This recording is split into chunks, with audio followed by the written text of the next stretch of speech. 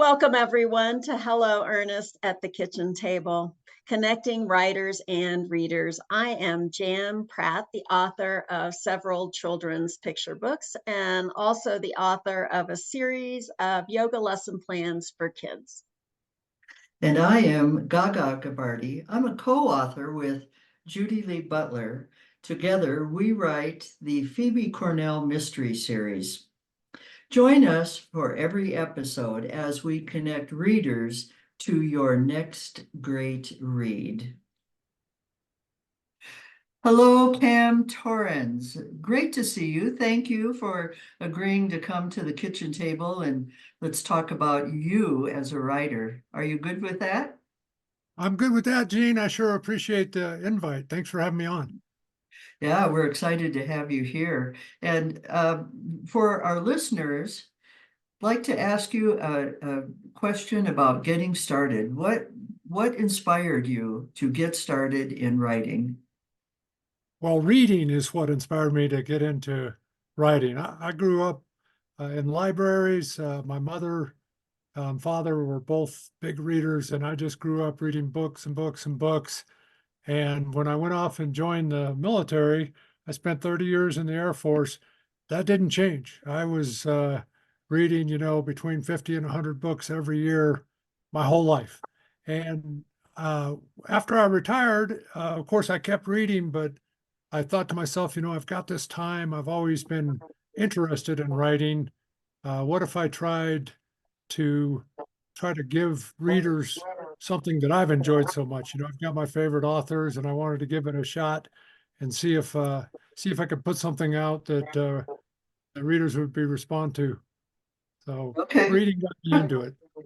All right, that's great. And isn't it interesting how the more we read, we pick up what other people are doing, and we can use it. We can style it. And was that good or did it not be good? Oh, that's a great point. I always read growing up as a reader and not as a writer because I wasn't one. And Right. it was, like you point out, it was extremely interesting once I started trying to write myself, to all of a sudden read with a different eye and see what the author was doing rather than just lose myself in the story, which is what I tend to do. Yeah, yes, exactly. I enjoy the story as well. And so all this reading, you decide to share your experience. And then what happened? How'd you get to the point? You have two books out now, or is it three? I have two out and one coming out at the end of August. All right. So, And so how did you get to the point of writing, especially that first book? Was there a trigger or anything? well, I had always heard that writers ought to write what they know. And in my retirement, I thought, well, really, all I know is my military career. And I just really wasn't that interested in writing a military thriller. And I'll tell you that my favorite books are mystery, suspense, and thrillers. And so I knew that's what I wanted to write because that's what I enjoy so much. But there's a lot of people writing military thrillers, and I just wasn't up for it. And the only other thing I really knew was that, when I moved here to the Valley in 2019, I joined Search and Rescue. And so I'd been on it for a couple of years when I started writing. And so I started looking at some of these missions I was going on and saying, well, what would have happened if it wouldn't have turned out the way it did? What if something sinister happened? And that was the genesis of my books. They are not search and rescue books per se, but they always have a search and rescue B story going through them. My main character is a member of search and rescue out in the Arkansas River Valley, just like me. That's where the similarities end. But that's why I just started writing what I'm writing. So that leads me to the question, is your main character Cam Torrens? No, he's got hair. Oh, okay. Well, there's a difference, exactly. But as a reader, I often wonder, is this Cam's thinking and doing and experience? there are parts of me in there. So Tyler Zahn, my main character, when he comes out to the mountains, he's a military contractor in Florida, kind of numb from a divorce and some family issues. And when he comes out, he's looking for a fresh start, and he's trying to figure out how he could serve again, kind of like he did in the military, where to do that and how he could do that, how he could be useful. And I felt that when I moved out here, I wondered how I would fit in. I wasn't looking for, paid employment, and so I was looking for ways I could volunteer. I started off on my homeowners association board, which is a wonderful homeowners association, but I will never be a HOA board member again. Very smart from what I hear, Cam. Very So, smart.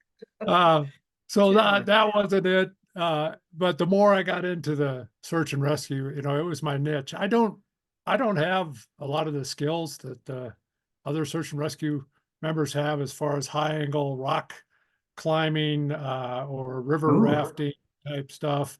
I can get by on an ATV and I'm learning to do a snowmobile, but my biggest skill is hiking, and I'm useful because I can carry a lot of stuff on my back for a long distance. That's about what I bring to the table. And that's what Tyler Zahn does, except he keeps running into weird stuff.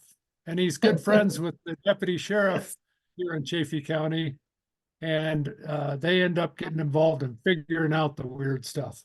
Yeah, yeah. And I love your stories. I love your stories. Thank you. But as I read, I keep seeing Tyler. Oh, maybe I should substitute the word Tyler for Cam. It sounds very exciting. So it's been a lot of fun to write them. I actually have a prequel coming out in February of 2025 Oh, that will tell how Zahn got to where he got, because book one, Stable, which came out last summer, has right. him already in search and rescue, already on a mission, and strange stuff happening. And so the backstory shows up next February 2025. Exactly. Oh, good to know. I'll be watching for that. And I do follow you, so I'm sure I'll see all the announcements coming up. I just saw the one recently on the next book in August. So I'm tuned in and ready for that one to be released. So thank you very much. Keep me going.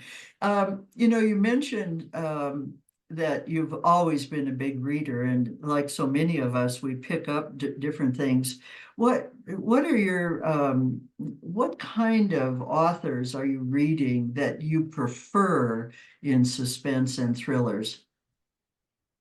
Well, I've got almost two different genres within that category. The first one, and the ones I think that have had the most influence on my writing, are C.J. Box and Craig Johnson. Oh So yeah, both based out of Wyoming, which I know your co-author, Judy Lee Butler, for your books, she lives up there really close to Craig Johnson's neck of the woods. exactly, And in Buffalo. right, right. And so I love CJ Box, and he's got a game warden, Joe Pickett, up in Wyoming, that he writes a great story. That's had a lot of influence on me. I've read all of his books. I think I just finished number 24 last month.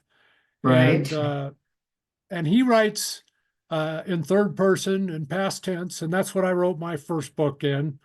I think I'd been listening to a lot of Craig Johnson, CJ Box, but Yeah. Craig Johnson, he's the author of the books that the Longmire series is based off of. Where Walt we all Longmire, want to go. right? And he writes in first person, and which is a completely different voice than CJ Box. And I like that too. And so my second book in the series, I broke the rules by switching points of view. I went from third person in the first book to first person in the second book. And I've been writing, Ah, right. I've been shame writing on first you, person Cam. ever since. So Yeah. I don't know. I love writing these books, but I figured it was probably worth it for me to take the risk because I wasn't rocketing towards the New York Times bestsellers. So I'll just start off figure it out my way, and then All right. and then Good, settle into it as I go. So good, good. those two authors had a big influence on my writing. Now, the other genre that is the ones I just enjoy reading so much, but I also think they factor into my books, are psychological suspense. And so Mhm. authors like Mary Kubica, um, Janelle Brown, Lisa Jewell, Ruth Ware. I'm a big fan of Yeah. these authors. And as a matter of fact, I just finished Ruth Ware's latest book last week, and I can't stop reading those. And my second book, Fall Summit, has a lot of psychological suspense mixed in with the action in that book. So big influence on me. All right. And then what about the prequel that you're working on for next year? Is that going to be first person again or not? That's a great question. So the prequel is actually the very first book I wrote with Tyler Zahn. And at that time, the main character had a different name, and I was just learning how to write. And I pitched that book thinking I had the world's next big bestseller, and got handed back to me about, oh, I don't know, 75 different rejections. Oh, no. And I'm thinking, how can these guys miss this great opportunity? But I just rolled on to the next book and the next book after that. It wasn't actually until the third book that I got picked up by this small indie press publisher I'm with now, Black Rose Writing. Uh, and so I went back and I took a look at that very first book, and after, three books later, when I go back and look at it, I'm like, oh, no wonder they didn't publish that book. I see now.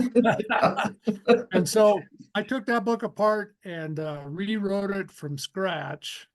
And Wow. and I just got it back from my editor, what I thought was a finished product. Got it back from the editor April 1st with some serious rewriting suggestions that I'm in the middle of right now. I just finished an hour and a half of that before I got on this podcast with you. But to answer your question, I changed it to first person for Zahn, Okay. and I've got third person for a couple of other characters. Okay. All right. Great. Well, when your editor got back to you, that was April 1st. That was April Fool's Day. Maybe your editor wasn't really serious. Did you ever think about that?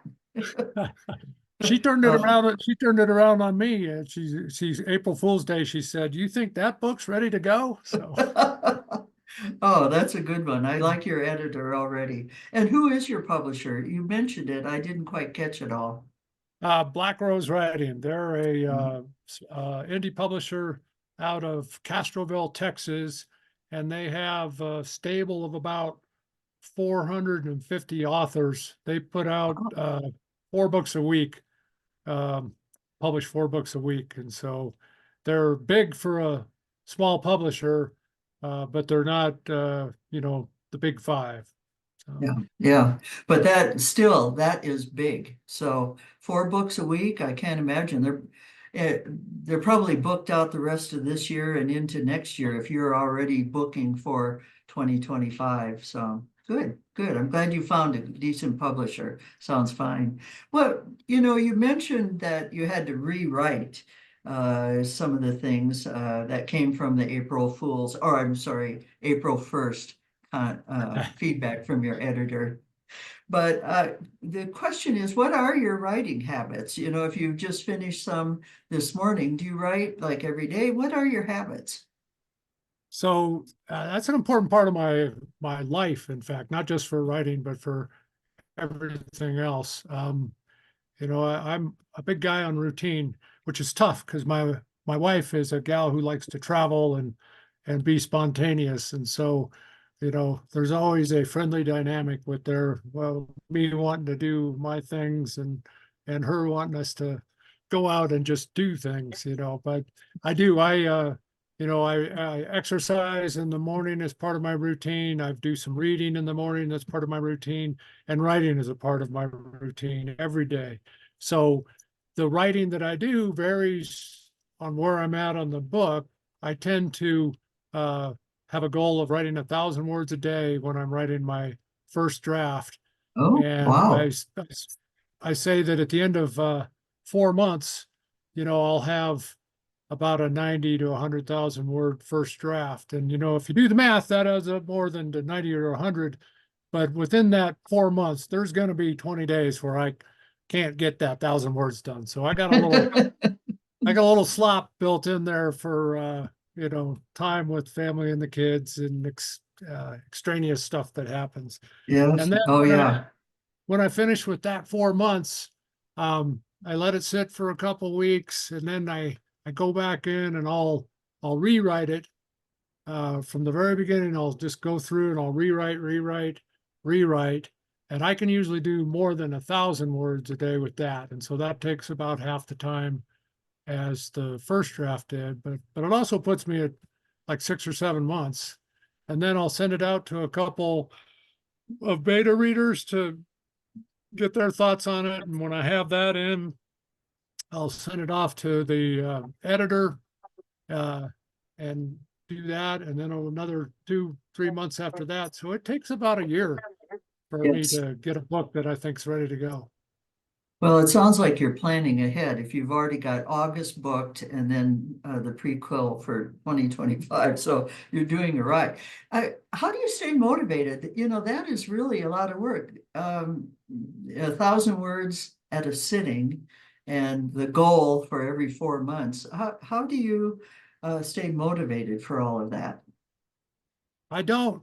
That's why the habit and the routine is so important. So a lot of times I am, and I love it when I am motivated, and maybe I want to write more than 1,000, or I've got great ideas, or I know exactly what I want to write next. But sometimes I sit down and I'm so frustrated, I put off that 1,000 words because I'm not exactly sure, what I want to write. And so the fact that I have a box on my to-do list that I have to check off, that's what makes me do it. It's the same thing. Counting's important for me. And so, I run every day. This morning I ran day 901 of running over a mile a day. And Wow. I'm not, I'm not motivated even half the times to go out and run, but I'm on a running streak, so I have to do it. And so I don't know. I think it's important what you brought up first. Habits are more important than motivation in my mind. For me, Okay. that's Yeah. how it works. Well, if that works for you, that's the main thing. And that's what we're trying to get to on all of these interviews is, as an author, how do you harness that creativity with yet the discipline? Creativity for a lot of people is kind of out there, and you wander here and right there and dream it up. But then you need that routine that you've got going. So harnessing the two together really is a challenge. Well, I'll just, while you were saying that, it reminded me that I would hate for anybody to think that when I'm in the 1,000 words a day phase for 4 months, that there's a heck of a lot of creativity going on. For me, the stuff that comes out 1,000 words a day is not very good. It's just that when I'm done with that 4 months, the next 2 or 3 months of rewriting it, that's where the creativity comes in. It's so much, for me, so much easier to take something Okay. that's already on the paper and move it around and change my ideas than it is to have a blank sheet. And so, if anybody wants to try the 1,000 words a day, don't try to do 1,000 good words a day, just 1,000 words. Just 1,000 of anything, throw it out there and see what sticks. Right. Oh, that's great. But you mentioned getting it on paper. Do you handwrite all of your words, or are you using what? Computer? I don't know. Are you dictating? What? How do you do it? I write in Word. I do some outlining in Scrivener that helps me with scenes in the book.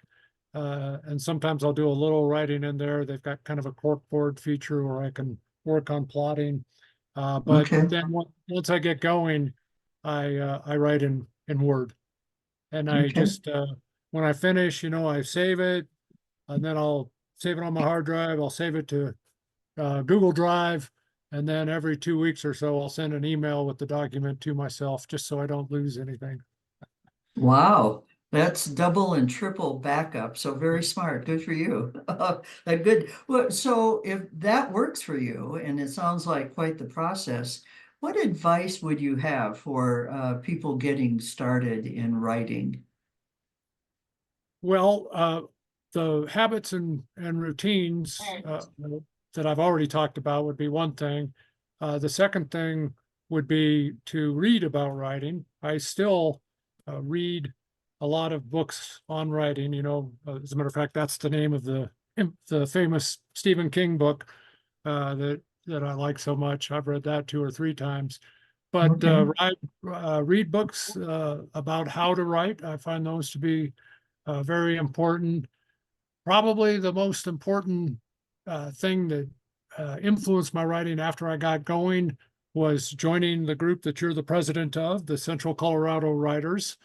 And And you, by the way, are the vice president, so thank you for that volunteerism.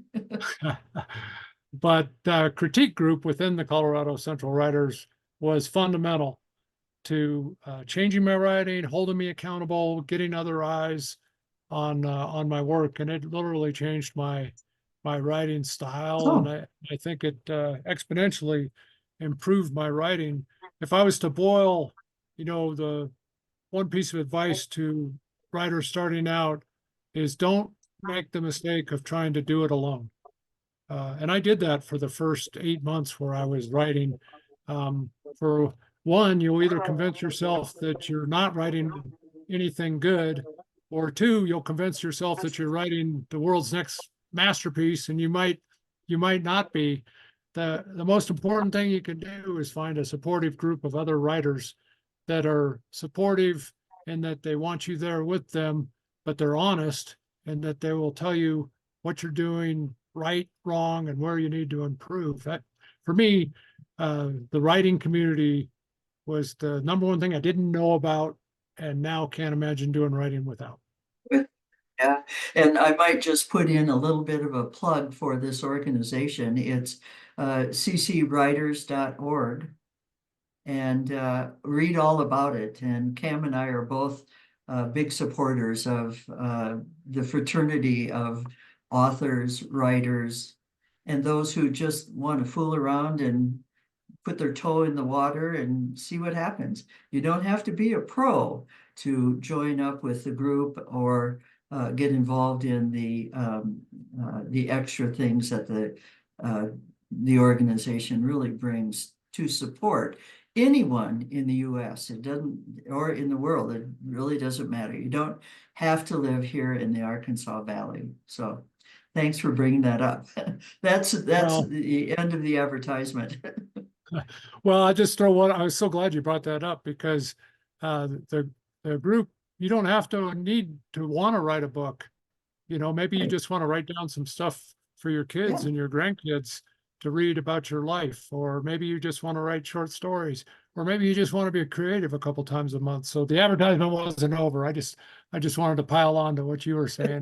You don't have to be trying to write the next novel for Well, I think it. our listeners probably get the drift. Join CC Writers today. That's the byline on it. Well, what do you think going forward? You've got a book in August. You've got the prequel next year. In 5 years, where do you want to be with all this? Have you projected all of that? Well, it depends if you're asking me or if you're asking the Torrens family. When my wife found out how much time I was going to spend each day on this writing effort, she asked me the question, how long are you planning on doing this? And I think I was trying to placate her and I said, well, how about 10 books in 10 years and then move on to something else? And she goes, Mm. oh, okay. So five She years could from buy now, it. 5 years from now, I want to be working on book 10 and hopefully have convinced my wife that, oh, I can keep going for a few more. But Yeah, uh, well, by then all your kids will be out of school and on their own, so it might be 20 books by 10 the next 5 years. so, So good, good, good. All right. Well, I tell you what, I so appreciate you having been here, and so much fun always to talk with you, whether we're recording it or not recording it, but always fun, and I appreciate that. I wondered if you had any time, maybe a couple of minutes, that you could share something from one of your books or what you're writing, kind of your choice. Well, I do have a copy of False Summit here. And this was the book. I don't know if it's showing up on the screen or not. It is not. Sorry, it is Okay. not. So this was the second book in the Tyler Zahn series, and it was the one that has a little more psychological suspense than what Stable, the first book, had. And so I thought I'd just read the opening page or two from there. So, are you ready? I'm ready. Go ahead. Okay. A dull bronze lamp illuminates the varnished motel room desk where I am studying my notes from yesterday's Miranda Rights lecture. Today's class doesn't start for another 2 hours. My phone rings and my eyes narrow as I see Kristee Lee's name across the screen. It's early in the morning for a Kristee call. My gut twists and I hesitate before answering. Why rush to hear bad news? Kristee and I are close, but family close, not lover close. Our 20-plus year age difference, multiple missions together with search and rescue or SAR, and our mutual love of the outdoors have created a bond between us almost as close as the bond I forged with my only daughter. Kristee, everything okay? Just needed to check in with the infamous Z-Man, or should I say Reserve Deputy Sheriff Tyler Zahn. Her voice sounds glib, as if early morning calls are our norm. They're not. Days start early at the Jefferson County Law Enforcement Academy, and I'm still working to weave this new routine with parts of my old one. I laugh. You can keep calling me Z-Man. I haven't graduated yet, but your timing's perfect. Class doesn't start for a couple of hours. Is everything all right back there? Last question is a probe, and she'll recognize it. But it's a reasonable question at this hour. I'm stuck out here on the Front Range outside Denver, wallowing through the academy, while she's back in my adopted hometown of Buena Vista, nestled in the Colorado Rockies on the banks of the Arkansas River. I miss home, and I wonder what's bothering Kristee enough to call me at this time of day. Everything's great. Kristee pauses, and I can almost hear the gears turning as she tries to think up things that are great. The snow's melting, so the river's running high, but the tourists haven't figured it out yet, and the town's still quiet. No tourists? Since when does a raft guide think a lack of tourists is a good thing? Kristee pauses again. I need to stop with the small talk and let her tell me what's up. Yeah, I'm not sure I'm going to guide this year. This declaration jars me. Kristee Lee is the epitome of the outdoorsy generation flocking like Canada geese to Buena Vista. She guides rafts in the summer, runs a snowplow in the winter so she can afford to live in a location that allows her maximum river and mountain time. When she's not paddling, she's climbing or backcountry skiing or raising her hand for a SAR mission. I'll pause there. But that's the first couple pages of False Summit. Excellent, excellent. Thank you so much for sharing that, Cam. I love it. And for all of our listeners out there, I hope you check out our author today, Cam Torrens. Appreciate you being here at Hello, Ernest at the kitchen table. It's been fun, and I think that's it for now. Any parting comment? Oh, I just want to say thank you. Thanks for supporting authors on your podcast and for all the time you put into being a part of the writing community that's been such an important part of my life. Thanks, Gene. Well, hey, Cam, the feeling is mutual. Certainly appreciate it. Well, for all of our listeners, all we can say is goodbye for now. Thanks for listening to this informal conversation with today's author. Join us next time as we connect writers and readers around the kitchen table.